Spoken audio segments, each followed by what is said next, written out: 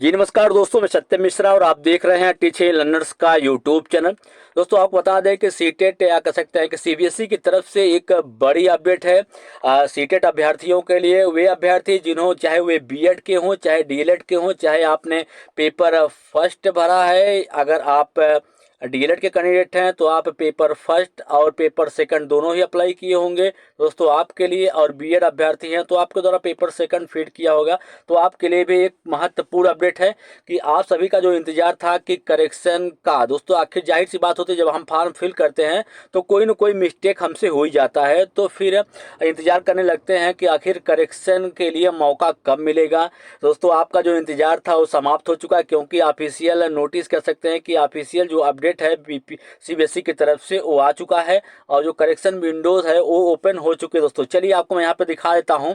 जब आप सीटेट की वेबसाइट पे जाएंगे दोस्तों, तो यहाँ पे नीचे की तरफ आप जब जाएंगे तो यहाँ पे लिख के आ रहा है ना कि कैंडिडेट एक्टिविटीज, यहाँ पे लिखा है करेक्शन विंडोज फॉर सीटेट जनवरी 2024।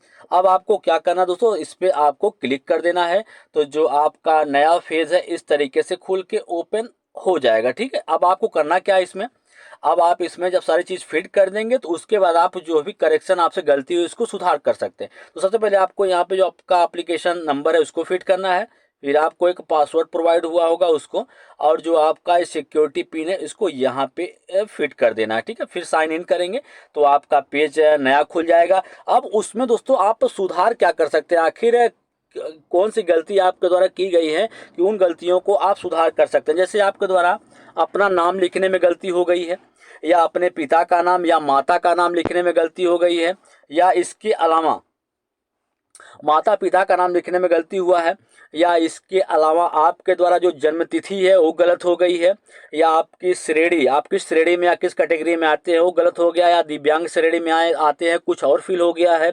और इसके अलावा चुना गया जो पेपर, जो आपके द्वारा पेपर चुन लिया गया है, फर्स्ट पेपर क्या होना चाहिए, सेकंड लैंग्वेज, ये सब में भी आप सुधार कर सकते हैं। दोस्तों आपको अंतिम मौका मिला है तो इस मौके को छोड़ना मत, क्योंकि अगर आप इस मौके को छोड़ देंगे तो फिर काफ़ी दिक्कतों का सामना करना पड़ जाता है। काफ़ी बच्चे ऐसे भी होते हैं जो सोचते हैं कि चलिए रिजल्ट आ जाएगा तो फिर हम रिजल्ट आने के बाद जो है हम इसमें सुधार करवा लेंगे।